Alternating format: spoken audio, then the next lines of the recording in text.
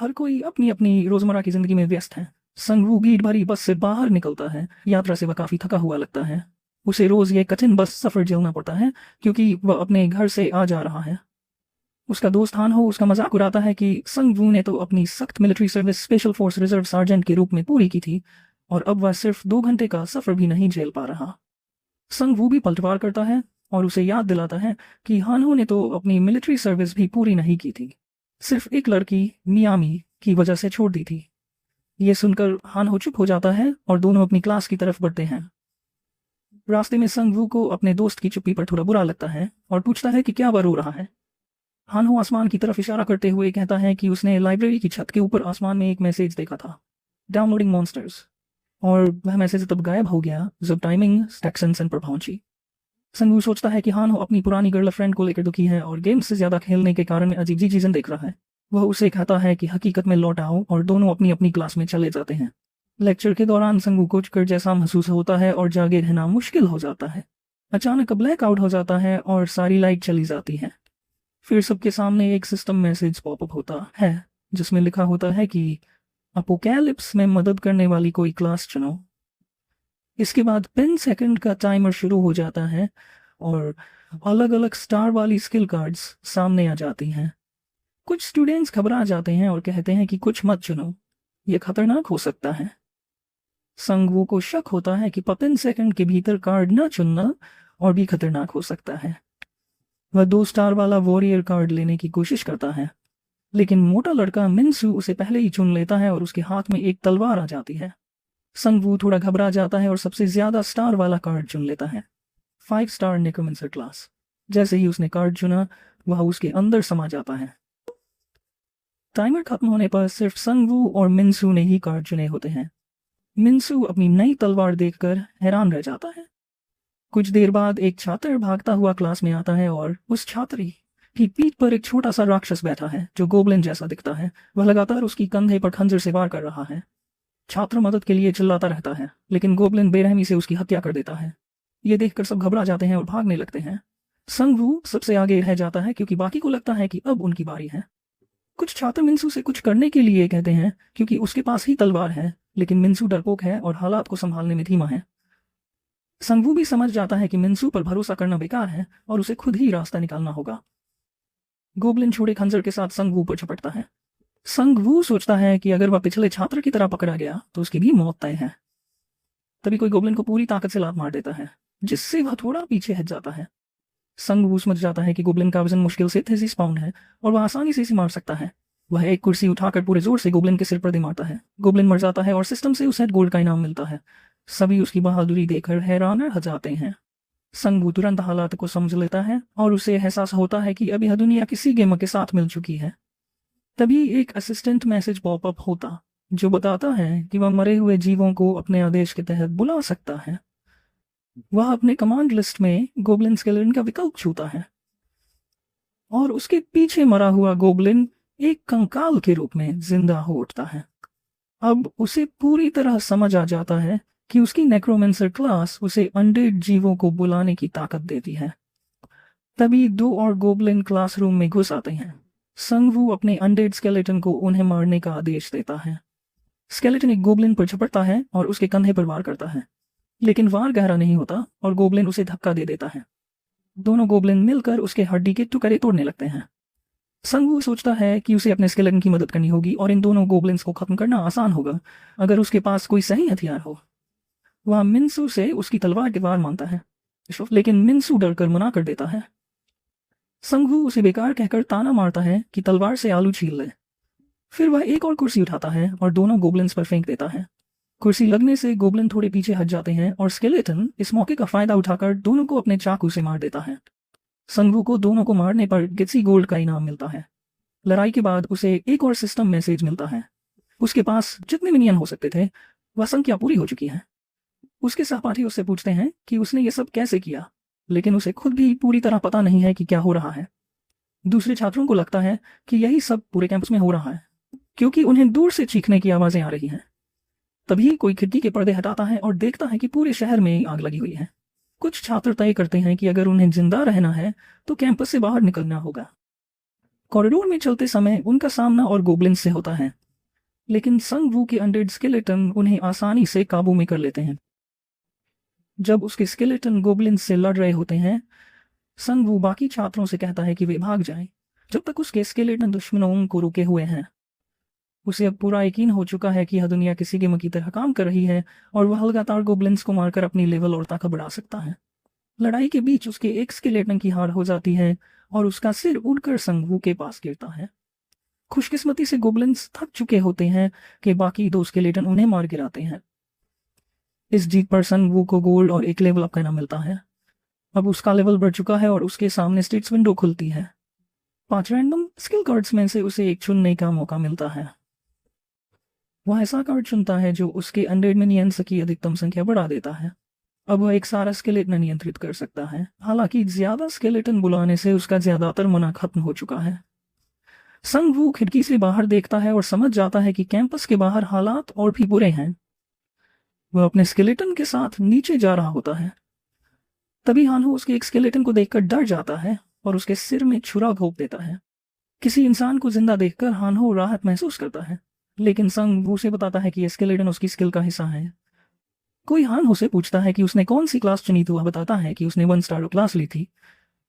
दोनों स्केलेटन के साथ सीढ़ियों से नीचे उतर रहे होते हैं। तभी अचानक एक मैसेज आता है कि उन्हें डेयर के साथ सिनर्जी मिली है।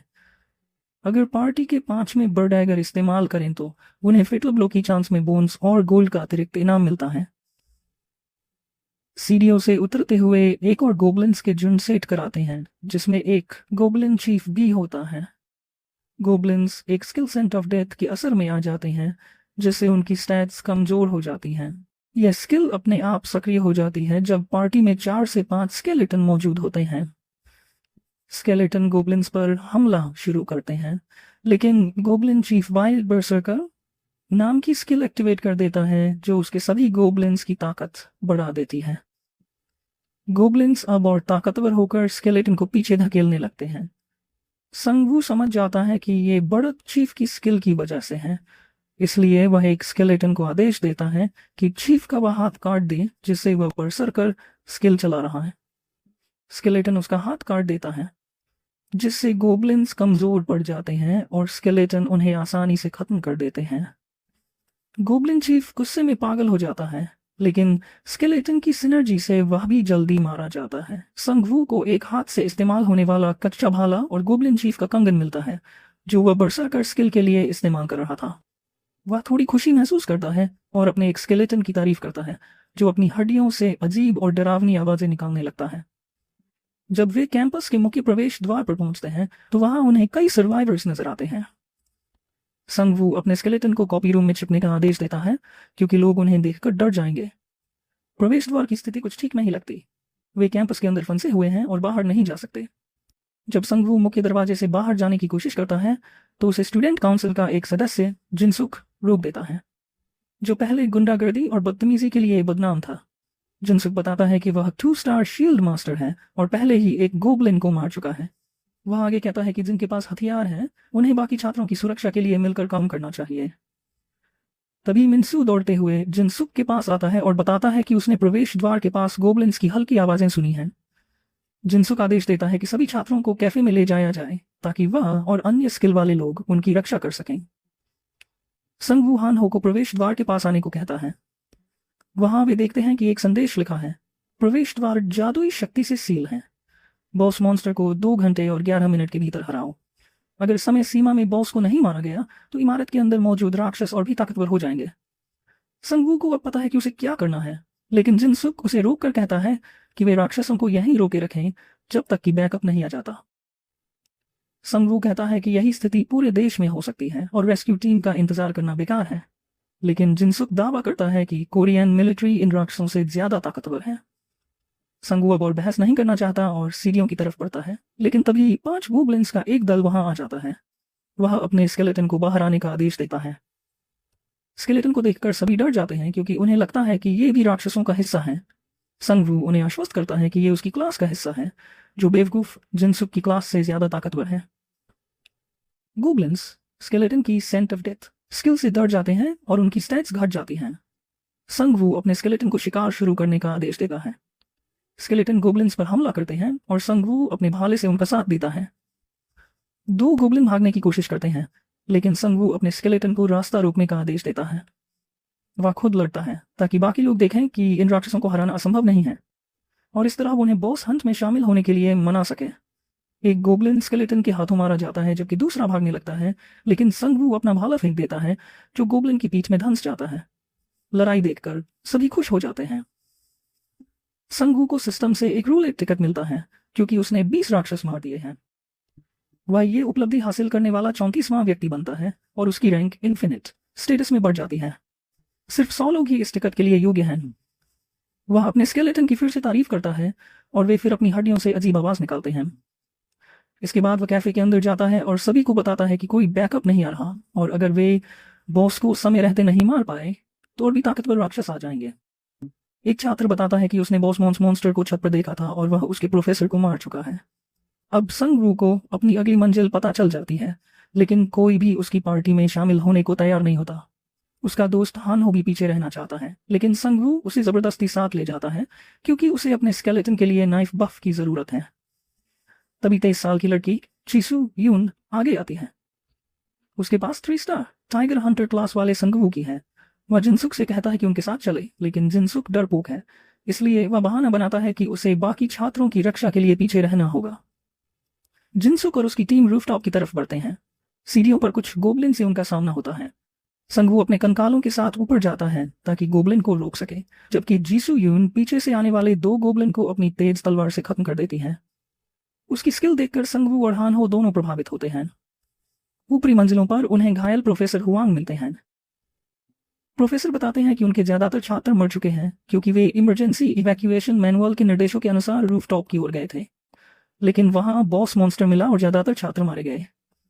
प्रोफेसर हुआंग संगवू को चेतावनी देते हैं कि कभी रूफटॉप की ओर मत जाना, और ये उनके आखिरी शब्द साबित होते हैं। प्रोफेसर की मौत के बाद संगवू को एक नया एक्सक्लूसिव क्वेस्ट मिलता है जिसमें लिखा है कि वह बॉस मॉन्स्टर को हराकर मरे हुए लोगों की आत्मा का बदला ले सकता है। यह फैसला उसकी किस्मत बदल देगा। गुस्से में संगवू अपने साथियों के साथ रूफटॉप की ओर बढ़ता है। रूफटॉप की हालत बहुत खराब है। गोब्लिन मरे हुए छात्रों की लाशों से कीमती सामान लूट रहे हैं। ये देखकर संगवू क्रोधित हो जाता है और अपने ब्रेसलेट की बरसरकर स्किल का इस्तेमाल करके अपने कंकालों के स्टैट्स बढ़ा देता है। रूफटॉप पर जबरदस्त लड़ाई शुरू हो जाती है। ये देख हानहो भी जोश में आ जाता है और गोब्लिन के सिर पर चाकू मारकर अपनी पहली किल हासिल करता है। वह और हिम्मत पकड़ता है और खुद को जोजो जैसा महसूस करता है। जब गोब्लिन्स को मौत की गंध आती है तो वे डरकर अपने बॉस गोब्लिन कैप्टन के पास भाग जाते हैं। बॉस की दहाड़ सुनकर गोब्लिन्स का मनोबल लौट आता है और वे फिर हमला करते हैं, लेकिन वे अभी भी कंकालों के सामने टिक नहीं पाते। दूसरी तरफ गोब्लिन कैप्टन एक एक करके कंकालों को तोड़ना शुरू कर देता है। संगवू लाशों से नए कंकाल बना सकता है, लेकिन ऐसा करने से उसकी मना खत्म होने लगती है। हानहो 2 चाकू बॉस की ओर फेंकता है, लेकिन बॉस अपने कंधे से उन्हें रोक देता है। इससे बॉस और गुस्से में आकर हानहो की ओर चार्ज करता है। कंकाल उसे बचाने की कोशिश करते हैं, लेकिन 2 कंकाल एक ही बार में टूट जाते हैं। एक कंकाल बच जाता है और बॉस पर वार करता है। जब बॉस उस कंकाल से उलझा होता है, जीसू यून मौके का फायदा उठाकर बॉस को जख्मी कर देती है। संगवू अब रणनीति बदलता है और कंकालों को चारे की तरह इस्तेमाल करके भाले से वार करता है, जिससे बॉस का गाल कट जाता है। गुस्से में बॉस कुछ और कंकाल तोड़ देता है। अब संगवू के पास सिर्फ एक आखिरी कंकाल बुलाने जितनी मना बची है। वह मलबे में फंसी एक तलवार देखता है और समझ जाता है कि उसे जल्दी खत्म करना होगा, वरना सब मर जाएंगे।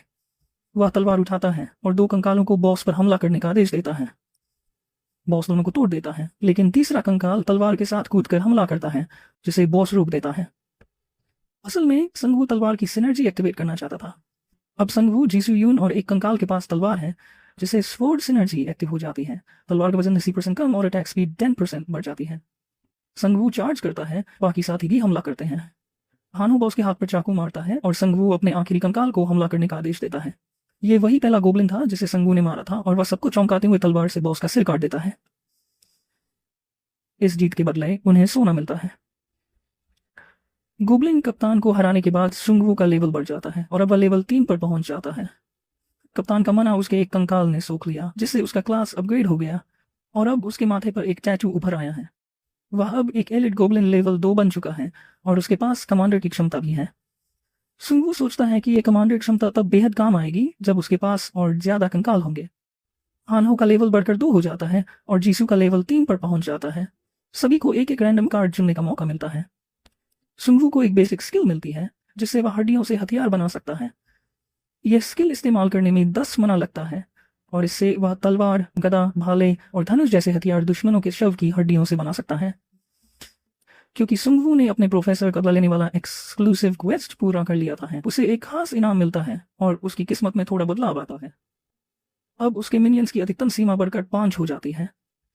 हानहो को एक और इनाम में मिलता है जो उसे राक्षसों से छिपने का 50% ज्यादा मौका देता है। वह सोचता है कि पहले इसका इस्तेमाल भागने के लिए करेगा, लेकिन अब लड़ाई सीख चुका है तो इसे लड़ने में इस्तेमाल करेगा। जीसू यून को एक फायर हिट स्टोन मिलता है जिससे वह अपनी तलवार को तेज कर सकती है। अगर किस्मत साथ दे तो उसकी तलवार हमले के दौरान आग पकड़ सकती है। सुंगू सभी से कहता है कि स्किल्स का टेस्ट बाद में करेंगे, अभी उन्हें प्रवेश द्वार की तरफ जाना है। जिनसुक सब पर गुस्सा कर रहा है क्योंकि बाकी लोग कह रहे हैं कि उसे सुंगू के साथ ऊपर जाना चाहिए था। वह नाराज होकर बकवास करने लगता है कि सुंगू बेवकूफ है और अब तक मर चुका होगा। तभी उसके पीछे कंकाल आ जाते हैं और वह डर के मारे पीछे हट जाता है। सुंगू दरवाजे की तरफ बढ़ता है और जैसे ही वो उसे छूता है वह अपने आप खुल जाता है। जाते जाते वह जिनसुक से कहता है कि वह बहुत ही दयनीय है। विदेशी शिक्षक बाहर जाते हैं और छात्रों को अपने साथ आने के लिए कहते हैं। जगह जगह मरे हुए शरीर पड़े हैं और किसी को लगता है कि यह सब गोब्लिन्स ने किया है। रास्ते में हानो को बचे हुए लोगों का एक समूह दिखाई देता है। सुंगू आसानी से पहचान लेता है कि ये लोग पहले भी गोब्लिन से लड़कर बच चुके हैं और इस मामले में थोड़ा अनुभव रखते हैं। जिनसुक इस समूह के नेता को पहचानता है। उसका नाम है तेसोंग पार्क, जो स्टूडेंट काउंसिल का प्रेसिडेंट भी है। तेसोंग छात्रों से कहता है कि उन्होंने भी गोब्लिन से लड़कर बचाव किया है और अगर ये उसके साथ रहें तो उनकी सुरक्षा की गारंटी है, लेकिन उसकी नीयत पर कुछ शक होता है। वह कहता है कि अगर सुंगवू अपने क्लास से बनाए गए सभी राक्षसों को नष्ट कर दे तो वह उन्हें साथ ले सकता है, क्योंकि उसे वे अजीब और खतरनाक लगते हैं। तभी जीसुन बीच में बोल पड़ती है और तेसोंग को झूठा करती है। वह बताती है उसके समूह में शामिल होना ही नहीं चाहते। वह यह भी खुलासा करती है कि तेसोंग एक पाखंडी है और उसने फेस्टिवल के दौरान इवेंट बनी की नकली बिल बनाकर स्टूडेंट फीस हड़प ली थी। जीसू ने यह बात यूनिवर्सिटी वेबसाइट पर रिपोर्ट की थी। यह सुनकर तेसोंग शर्मिंदा हो जाता है और जीसू अपने साथियों के साथ वहां से निकल जाती है। रास्ते में जीसू अपने साथियों को तेसोंग के बारे में और भी बातें बताती है कि वह एक अमीर बिगड़ा हुआ लड़का था और लड़कियों का फायदा उठाता था। उसकी कुछ सहेलियों के साथ भी उसने गलत किया था, इसलिए उसे तेसोंग की असली सच्चाई पता थी। यह सुनकर हानो गुस्से में आ जाता है। सुंगू सुझाव देता है कि वे पहाड़ी के रास्ते से निकलें, क्योंकि वहां इंसानी गतिविधि कम है और राक्षस भी कम होंगे। रास्ते में उन्हें एक अर्क दिखता है जो गोब्लिन बॉस से भी बड़ा है। अर्क उन्हें देखकर जोर से दहाड़ता है और उन पर हमला करने के लिए दौड़ पड़ता है। सुंगू उत्साहित हो जाता है क्योंकि इसे कंकाल बनाने के लिए नया मटीरियल मिल गया है। अर्क काफी ताकतवर साबित होता है और वह जीसुइन पर वार करने ही वाला होता है कि भी एक गोब्लिन कंकाल उसके वार को जल लेता है और वहीं खत्म हो जाता है। एक हाथ वाला कंकाल योद्धा अर्क पर हमला करता है और अपने तलवार के विशेष प्रभाव से उसे भारी चोट पहुंचाता है। सुंगवू की टोली जंगल की ओर भागती है और वह अपने कंकालों से अर्क को फंसाता है। जंगल में पहुंचते ही हानो की उड़ती हुई छुरियां और कंकालों के वार अर्क पर बरसने लगते हैं। अर्क कुछ वार देता है और कई कंकाल तोड़ देता है, लेकिन आसपास ढेर सारे गोब्लिन शव पड़े हैं जिन्हें सुंगू बार बार पुनर्जीवित कर सकता है। 2 कंकाल अर्क के हाथ पकड़ लेते हैं। जीसू उसकी टांग काट देती है और सुंगू उसका एक हाथ अलग कर देता है। आखिर में कंकाल योद्धा उसकी गर्दन में तलवार घोंपकर उसे खत्म कर देता है। सुंगू अर्क के शव को कंकाल बनाने की कोशिश करता है, लेकिन उसकी समन लेवल कम होने के कारण वह सफल हो जाता है। वह अपने कौशल सेट की हड्डियों से लो लेवल हड्डी की गदाएं बनाता है और अपने कंकालों को देता है, ताकि एक ही हथियार वाले 5 कंकाल होने से उन्हें अतिरिक्त शक्ति मिले। वह एक हाथ वाले कंकाल की तलवार हानो को देता है और कहता है कि जरूरत पड़ने पर इसे वापस कंकाल को दे देना। आगे पहुंचने पर उन्हें फिर से एक ब्लॉक पाथ संदेश दिखाई देता है जिसमें लिखा है कि उन्हें एक बॉस राक्षस को सीमित समय में हराना होगा, वरना इस क्षेत्र के राक्षस और भी ताकतवर हो जाएंगे। तभी एक संदेश आता है कि एक अर्क इकाई शिकार शुरू करने वाली है और उन्हें लड़ने के लिए सही सही जगह चुनी होगी। वर्क आमतौर पर गंध से अपने शिकार का पता लगाते हैं और पार्टी में जितने ज्यादा लोग होंगे उतनी ही ताकतवर अर्क इकाई भेजी जाएगी। सुंगू की पार्टी फिलहाल थोड़ी सुरक्षित लगती है क्योंकि उनके साथ कम लोग हैं। सिर्फ 3 सदस्यों की पार्टी होने के कारण उन्हें टेस्ला की टीम के मुकाबले कम चुनौती का सामना करना पड़ रहा था। अचानक वे रेगिस्तान वाली टीम की चीखें सुनते हैं। लगता है बड़ी संख्या में बचे हुए लोगों की वजह से उन्होंने अर्क्स का ध्यान अपनी ओर खींच लिया है। इस बीच सोंगू की टीम पर भी पहला हमला शुरू हो चुका है और ऐसा लगता है कि उन्हें सिर्फ 5 अर्क्स से निपटना है। जल्द ही वे 5 अर्क्स को देख लेते हैं जो शायद उनकी तलाश में हैं। सोंगू को एक आइडिया आता है, खाली गाड़ियों और अपने कंकाल सैनिकों का इस्तेमाल करके जाल बिछाने का। जैसे ही अर्क्स गाड़ियों के पास आते हैं, हानो उन्हें चिढ़ाने लगता है और कहता है, लोभी सुअर हरामखोर। ये सुनकर अर्क्स गुस्से में आकर उसकी तरफ दौड़ पड़ते हैं। जैसे ही अर्क्स छोड़ी गई गाड़ियों के पास पहुंचते हैं, कंकाल अचानक डंडों से उन पर हमला कर देते हैं। क्लब के सिनर्जी इफेक्ट की वजह से अर्क्स तुरंत बेहोश हो जाते हैं और फिर उन्हें आसानी से खत्म कर दिया जाता है। 5 अर्क हंटर्स को मारने पर उन्हें कुल 231 गोल्ड मिलते हैं। साथ ही पहली लहर के एम्बुशर्स को मारने के लिए 7 गोल्ड का अतिरिक्त इनाम भी मिलता है। सोंगवू का लेवल सीयर हो जाता है और वह एक रैंडम कार्ड चुनता है जिससे उसकी अधिकतम कंकाल संख्या 2 बढ़ जाती है। अब वह एक साथ 7 मिनियंस रख सकता है, लेकिन उसकी मना क्षमता अभी भी सिर्फ 50 है। हानो को एक हाई स्पीड स्टैबिंग स्किल मिलती है जो वह सिर्फ डैगर के साथ इस्तेमाल कर सकता है। जिसु यून को स्ट्रेंथ कार्ड मिलता है और उसके स्टैट में 2 अंक जुड़ जाते हैं जिसे वह पहले से ज्यादा ताकतवर महसूस करती है। सोंगवू हानो से कहता है कि वह तलवार वापस एक हाथ वाले वॉरियर कंकाल को दे दे, क्योंकि अब हानो को डैगर का इस्तेमाल करना होगा ताकि वह अपनी नई स्किल का पूरा फायदा उठा सके।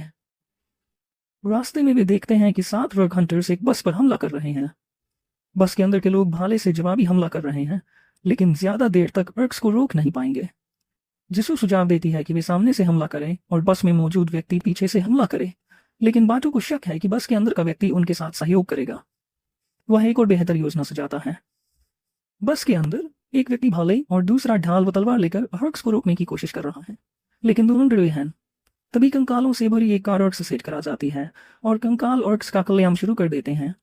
बस के अंदर के लोग पहले तो कंकालों को अर्क्स से भी बुरी राक्षसी समझ लेते हैं। वे चौंक जाते हैं जब हानो बस का दरवाजा पीटकर उन्हें बाहर बुलाता है। भाले वाला व्यक्ति सोंगवू की टीम को बताता है कि एक मशीन है जिससे वे गोल्ड के बदले आइटम खरीद सकते हैं। यह एक ई रैंक शॉप है। मशीन चालू करने पर सोंगवू को 3 रूलेट विकल्प दिखते हैं, ब्रॉन्ज, सिल्वर और गोल्ड। हानो के पास 360 गोल्ड है, 85 गोल्ड, तो वे सिर्फ ब्रॉन्ज विकल्प आजमा सकते हैं। सोंगवू के पास 152 गोल्ड है, इसलिए वह सिल्वर ट्राई कर सकता है और उसके पास एक अनलिमिटेड रैंक रूलेट टिकट भी है जो उसे कॉलेज बिल्डिंग के लॉबी में मिला था। सोंगवू गोल्ड रूलेट चुनता है और जैसे ही ये घूमता है, उसकी किस्मत से उसे पहला स्थान वाला इनाम मिलता है, एक legendary class item tier F the sea spirit, जो कुल मना दूसरे बढ़ाता है और रिकवरी स्पीड 62% तक बढ़ा देता है। ये पाकर सोंगवू काफी खुश होता है क्योंकि अब वह बार बार ढेर सारे मिनियंस बुला सकता है, बशर्ते पर्याप्त लाशें मौजूद हों। इसके बाद वह सिल्वर रूलेट घुमाता है और उसे दूसरा स्थान वाला आइटम वैनगार्ड शील्ड मिलता है। जिसु को ब्रॉन्ज रूलेट से leader of the expedition force नाम की दूसरी पोजीशन वाली तलवार मिलती है। वहीं हानो को सी रैंक पोशन बंडल मिलता है। इस दौरान थेसोंग की टीम अब भी स्पोर्ट्स फील्ड में लड़ रही होती है। सोंगवू फैसला करता है कि इस बार कार की बजाय बस का इस्तेमाल करके उनकी मदद करेगा। मैदान में साधारण छात्र हर्क्स के हाथों बुरी तरह मारे जा रहे हैं, जबकि थेसोंग और उसके अन्य अवेकन दोस्त हर्क्स से बचने के लिए दूसरों को चारे की तरह इस्तेमाल करके भागने की कोशिश कर रहे हैं।